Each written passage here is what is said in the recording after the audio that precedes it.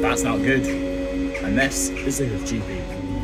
And I won't let it rush when I see you dance, and the moment comes when I fall and time goes slow. I fall into you.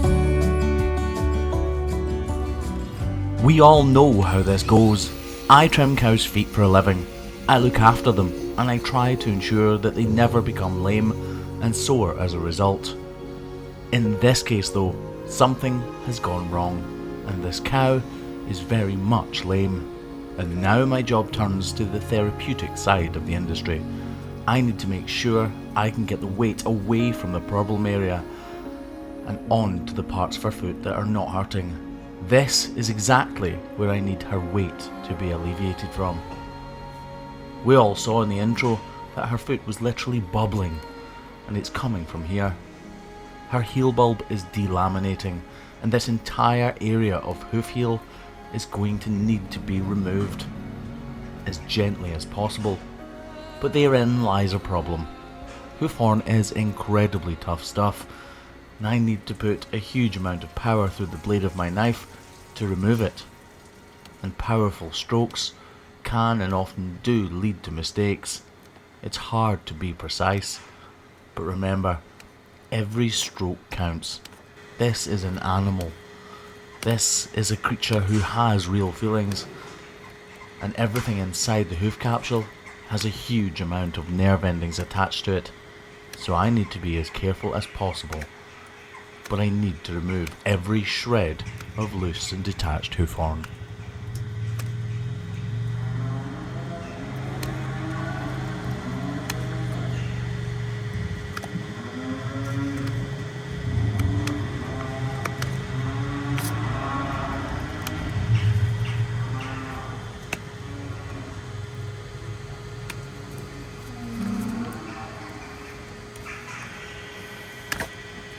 Experience tells me that the hole right in the centre of the sole of her foot will meet up with that delaminated heel area.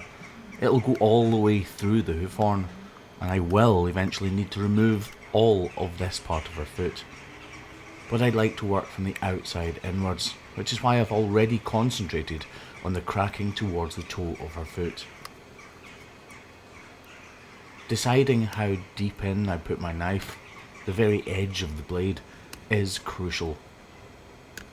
If I put it in too far, I'll cut the cow and make a real mess of things. If I don't go far enough, I won't have completely healed the problem, and never will. But obviously, the smaller the slithers I take, the more precise I can be, which is why this can be tedious work. She flinches as I put the razor sharp edge of my knife between the folds of detached hoof horn, and you can see it weeping from underneath. I'm really not sure how messy this is going to get, but right now I can tell her corium is fully exposed.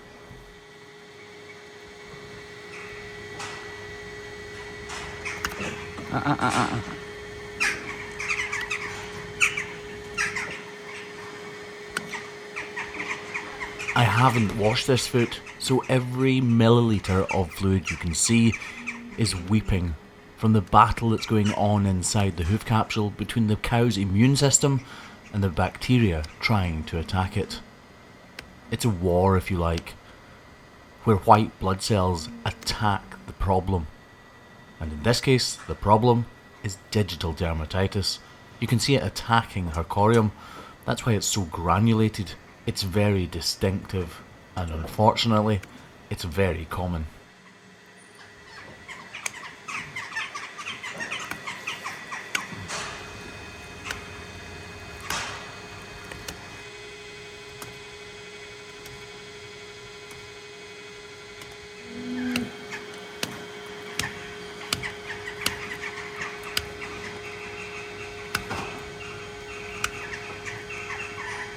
There are birds nesting in all of the sheds round about us, and you can tell when I'm comfortable trimming this cow's foot because my knife strokes are very swift and fast. As things get more serious and I need to concentrate more, I slow down and take my time. I need to apply a lot of pressure, but I need the accuracy to remain. I didn't think this problem was going to extend down as far as it does underneath the hoof horn. At first, to be honest, the cow's foot looked in pretty good condition, but this area here looks as though it's going to be completely underrun. So in an effort to speed things up, I use the grinder to reduce the bulk of the material so that my work with the knife is much easier and quicker.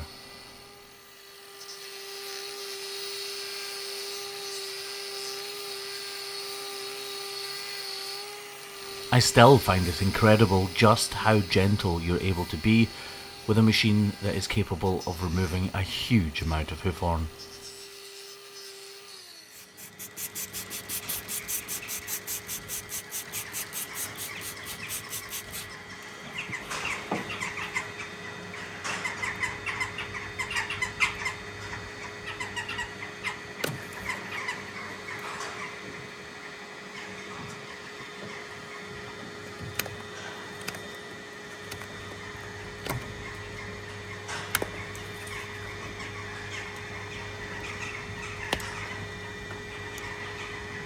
I know that at some point around about here, the hoof horn is going to be fully attached to the corium below, so I'm expecting with every swipe of the knife to reveal that. I'm kind of looking forward to it, to be honest, because then I'll know exactly what I can and what I cannot remove. Right now, I'm sort of on tenterhooks, nervous that the next swipe of the knife could be a mistake.